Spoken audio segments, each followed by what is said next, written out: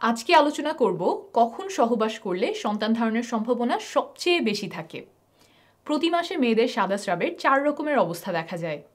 প্রথম প্রকারের অবস্থায় সহবাস করলে সন্তান ধারণের সম্ভাবনা খুবই ক্ষীণ থাকে। তারপরের 2 ধরনের অবস্থায় সন্তান ধারণের সম্ভাবনা একটু করে বাড়তে থাকে।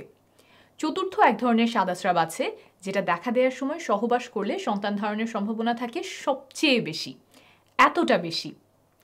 এখন এই 4 ধরনের সাদা স্রাব কিভাবে চিনতে পারবেন সেটা ছবির মাধ্যমে বুঝিয়ে দিব। প্রথম অবস্থা হচ্ছে মাসিকের ঠিক পরে যখন কোনো সাদা স্রাব যায় না, মাসিকের রাস্তাটা খুব শুকনো শুকনো মনে হয়, তখন গর্ভধারণের সম্ভাবনা প্রায় শূন্যের কাছাকাছি, 0.3%। এর পরের অবস্থায় মাসিকের রাস্তা হালকা ভেজা মনে হয়, কিন্তু আপনি চোখে কোনো সাদা স্রাব দেখেন না বা হাতেও ধরতে পারেন না, তখন গর্ভধারণের সম্ভাবনা থাকে 1%-এর একটু বেশি, 1.3%। প্রথম এই 2 অবস্থা সবার মধ্যে দেখা যায় না, বিশেষ করে যাদের মাসিকের সাইকেল ছোট তাদের ক্ষেত্রে এই 2 অবস্থা মাসিকের সময়েই হয়ে যেতে পারে। তৃতীয় ও চতুর্থ অবস্থা যেটা বলবো সেটা প্রায় সবার ক্ষেত্রেই দেখা যায়। তৃতীয় অবস্থায় ঘন সাদা স্রাব যায়, সেটা আঙুলের সাথে আঠালো হয়ে লেগে থাকে, কিছুটা এমন। তখন গর্ভধারণের সম্ভাবনা বেড়ে 2.5%-এর কাছে চলে আসে। চতুর্থ অবস্থায় সাদা স্রাব খুব পাতলা এবং পিচ্ছিল হয়। কাঁচা ডিমের সাদা অংশ যেমন মসৃণ আর পিচ্ছিল হয়, কিছুটা তেমন দেখতে স্বচ্ছ, আর সেই সাদা স্রাব 2 আঙুল দিয়ে টেনে বড় করা যায়, কয়েক ইঞ্চি বড় করলেও ভাঙে না, ছবিতে যেমন দেখছেন। তখন গর্ভধারণের সম্ভাবনা অনেক বেড়ে যায়, 28.6%, অর্থাৎ প্রায় 30%-এর কাছাকাছি চলে আসে। এই চতুর্থ অবস্থা শেষ হওয়ার পর আবার সাদা স্রাব ঘন আঠালো বা নাই হয়ে যায়। মাসিকের ঠিক আগে আগে আবার পাতলা সাদা স্রাব যেতে পারে কিছু কিছু নারীর ক্ষেত্রে, তবে সেটা গর্ভধারণের সাথে সম্পর্কিত নয়। তাহলে করণীয় কি? তৃতীয় অবস্থা যখন শুরু হবে তখন থেকেই চেষ্টা শুরু করবেন, এবং চতুর্থ অবস্থা যেদিন শেষ হবে তার পরের 3 দিন পর্যন্ত চেষ্টা চালিয়ে যাবেন। আর একটু আগেই দেখেছেন যে চতুর্থ অবস্থায় সম্ভাবনা সবচেয়ে বেশি থাকে, এটা মাথায় রাখবেন। এই গেল প্রথম পদ্ধতি। আমি আরও কয়েকটা সহজ উপায় এখন শেখাবো, কারণ সবার শরীর তো একভাবে কাজ করে না, নানা কারণে সাদা স্রাব ভিন্ন হতে পারে। কয়েকটা পদ্ধতি যদি বুঝে নেন তাহলে একটা না একটা আপনাকে সঠিক সময় বুঝতে সাহায্য করবে। দ্বিতীয় পদ্ধতিতে চলে যাই, এটা হলো শরীরের তাপমাত্রা মাপা। মাসিকের সময়ে আর মাসিকের পর পর শরীরের তাপমাত্রা কিছুটা কম থাকে। যখন ডিম্বাশয় থেকে ডিম্বাণু বের হয়, অর্থাৎ ডিমটা ফোটে, তখন একজন নারীর শরীরের তাপমাত্রা খানিকটা বেড়ে যায়। না মাপলে এটা সাধারণত বোঝা যায় না, কারণ খুব সামান্য পরিমাণে বাড়ে, 0.2 ডিগ্রি সেলসিয়াস বা 0.4 ডিগ্রি ফারেনহাইটের মতো। আপনি যদি প্রতিদিন শরীরের তাপমাত্রা মাপতে থাকেন তাহলে কখন বেড়ে গেল সেটা আপনি ধরতে পারবেন। এই ক্ষেত্রে একটা রুল মনে রাখবেন, 6-এর পরে 3। টানা 6 দিন কম তাপমাত্রার পরে টানা 3 দিন বেশি তাপমাত্রা থাকতে হবে। একদিন তাপমাত্রা এসে সেটা আবার চলে গেলে তা হবে না, সেটা মানসিক চাপ বা অন্য কোনো কারণে হতে পারে। এই যে টানা বেশি তাপমাত্রা শুরু হলো, এটা শুরু হওয়ার 3য় দিন পর্যন্ত ফার্টাইল উইন্ডো থাকে। এই বেশি তাপমাত্রা যত দিনই থাক, ধরে নেবেন 3 দিন পরে ফার্টাইল উইন্ডো শেষ। কিছু নিয়ম মেনে তাপমাত্রা মাপতে হবে, যখন তখন মাপলে হবে না। কখন মাপবেন? ঘুম থেকে ওঠার পরে কোনো কিছু করার আগে বিছানায় থাকা অবস্থাতেই তাপমাত্রা মাপবেন। প্রতিদিন একই সময়ে মাপতে চেষ্টা করবেন, অর্থাৎ নিয়মিত একই সময় ঘুম থেকে ওঠার অভ্যাস করতে হবে। বিছানার কাছেই থার্মোমিটার রেখে দিবেন। আবার আমরা অনেকেই বগলের নিচে তাপমাত্রা মাপি, এখানে সেটা করলে হবে না, মুখের তাপমাত্রা মাপতে হবে। থার্মোমিটার জিহ্বার নিচে রেখে মুখ বন্ধ করবেন। জ্বর মাপার সাধারণ থার্মোমিটার দিয়ে মাপলে এত সূক্ষ্ম পরিবর্তন বোঝা যাবে না, ডিজিটাল থার্মোমিটার ব্যবহার করবেন। বিভিন্ন ফার্মেসিতে অল্প খরচেই এটা কিনতে পাওয়া যায়। এই পদ্ধতিতে ফার্টাইল উইন্ডো কখন শুরু হয় বোঝা যায় না, তবে কখন শেষ হচ্ছে সেটা বোঝা যায়। তাহলে এটা কিভাবে কাজে লাগাবেন?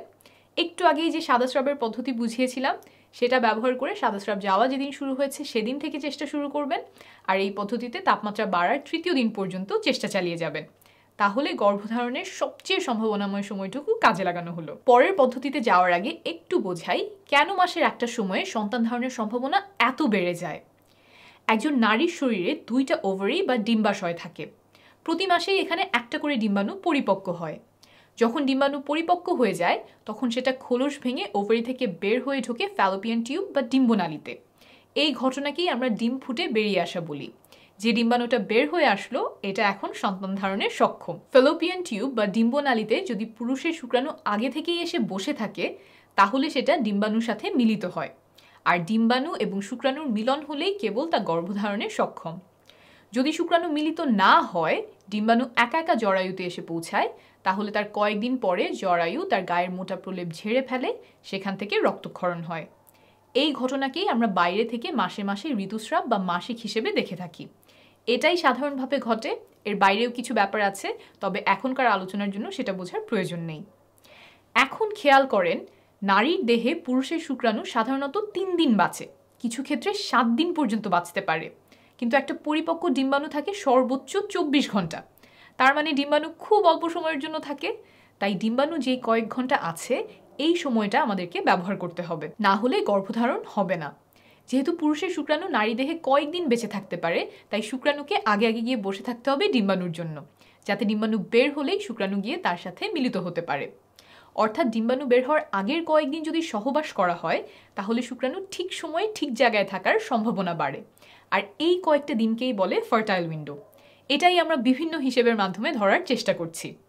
এখন আবারও চলে যাই ফার্টাইল উইন্ডো চেনার পদ্ধতিতে। এখন খুব সহজ একটা উপায় বলবো, তবে এটা তুলনামূলকভাবে একটু কম নির্ভরযোগ্য। এই পদ্ধতি ব্যবহার করবেন যদি আপনার মাসিক নিয়মিত হয়। একদম কাটায় কাটায় 1 মাস পরপর মাসিক হতে হবে এমন না।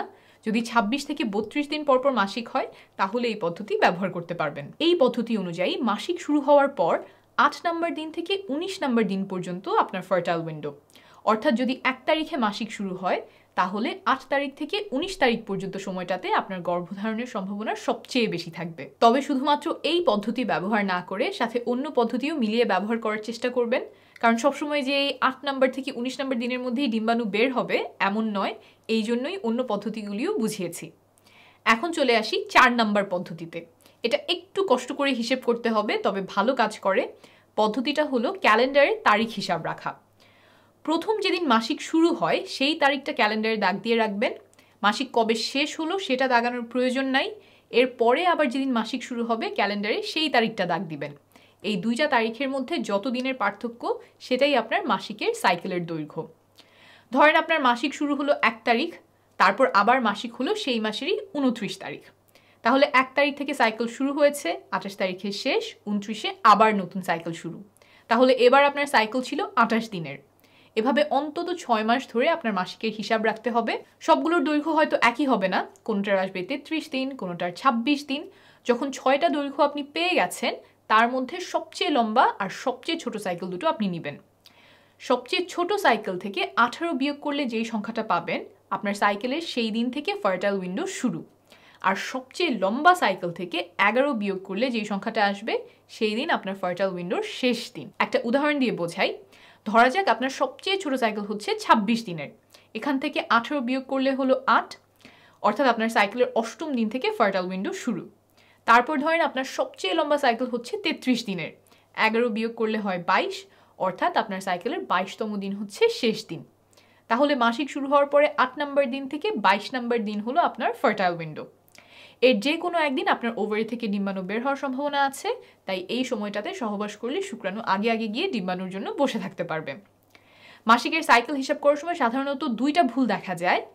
1, মাসিক শেষ হওয়ার দিন থেকে অনেকে গোনা শুরু করে, কিন্তু হিসাব করতে হবে যেদিন মাসিক শুরু হলো সেই দিন থেকে। 2, অনেকে পরের মাসিক শুরু হওয়ার দিনটাও গোনে। পরের মাসিক যেদিন শুরু হলো সেদিন থেকে কিন্তু নতুন সাইকেলের হিসাব করতে হবে। ফার্টাইল উইন্ডো চেনার আরও অন্যান্য কিছু উপায় আছে। বাজারে ওভিলেশন কিট পাওয়া যায়, যেগুলো কিছুটা প্রেগনেন্সি টেস্টের মতো প্রস্রাবে হরমোনের লেভেল মেপে বলে দেয় কখন ডিম্বাণু বের হয়ে আসতে পারে। সেগুলোও ব্যবহার করতে পারে, তবে দাম তুলনামূলকভাবে বেশি। মোবাইল ফোনে কিছু অ্যাপ পাওয়া যায়, যেমন ক্লু, গ্লো ইত্যাদি। মাসিকের তারিখ বসালে তারা ফার্টাইল উইন্ডো হিসাব করে দেয়, তবে এই সবগুলো অ্যাপই নির্ভরযোগ্য না। ব্যবহার করলে আপনার সাইকেলের দৈর্ঘ্য সম্পর্কে একটা ধারণা পেতে পারেন। এছাড়াও ডিম্বাণু বের হওয়ার পরে স্তনে বা তলপেটে ব্যথা হতে পারে, পেট ফাঁপা লাগতে পারে, তবে এই লক্ষণগুলো ব্যবহার করে ফার্টাইল উইন্ডো বের করা নির্ভরযোগ্য নয়। সবার ফার্টাইল উইন্ডো একই সময়ে হয় না, আবার একই মানুষের ক্ষেত্রে এক এক মাসে এক এক সময়ে হতে পারে। মাসিক যদি নিয়মিত হয় তাও। তাই নিজের শরীরের লক্ষণগুলো যেমন তাপমাত্রা, সাদাস্রাব, এগুলোর দিকে খেয়াল রাখলে সময়টা আরও ভালোভাবে চিনতে পারবেন। যতগুলো পদ্ধতি বললাম, এগুলোর কোনোটাই একদম নিশ্চিত করে বলতে পারবে না যে এই সময়েই ডিম্বাশয় থেকে ডিম্বাণু বের হয়ে এসেছে এবং এর মধ্যে সহবাস করলে বাচ্চা হবেই। তবে পদ্ধতিগুলো অনুসরণ করলে, বিশেষ করে কয়েকটা পদ্ধতি সমন্বয় করলে সন্তান ধারণের সম্ভাবনা অনেকটা বাড়বে। মনে রাখবেন, নিয়মিত সহবাস করলে, অর্থাৎ 1 দিন বা 2 দিন পরপর সহবাস করলে 1 বছরের মধ্যে 80%-এরও বেশি দম্পতি সফল হন। তাই 3-4 মাস চেষ্টা করে সফল না হলে ঘাবড়ে যাবেন না, সময় লাগতে পারে। 1 বছর নিয়মিত চেষ্টা করার পরেও সফল না হলে ডাক্তারের পরামর্শ নেবেন। আর নারীর বয়স যদি 35-এর বেশি হয় তাহলে 6 মাস চেষ্টা করার পরেই ডাক্তারের শরণাপন্ন হবেন। আপনার সফলতা কামনা করছি।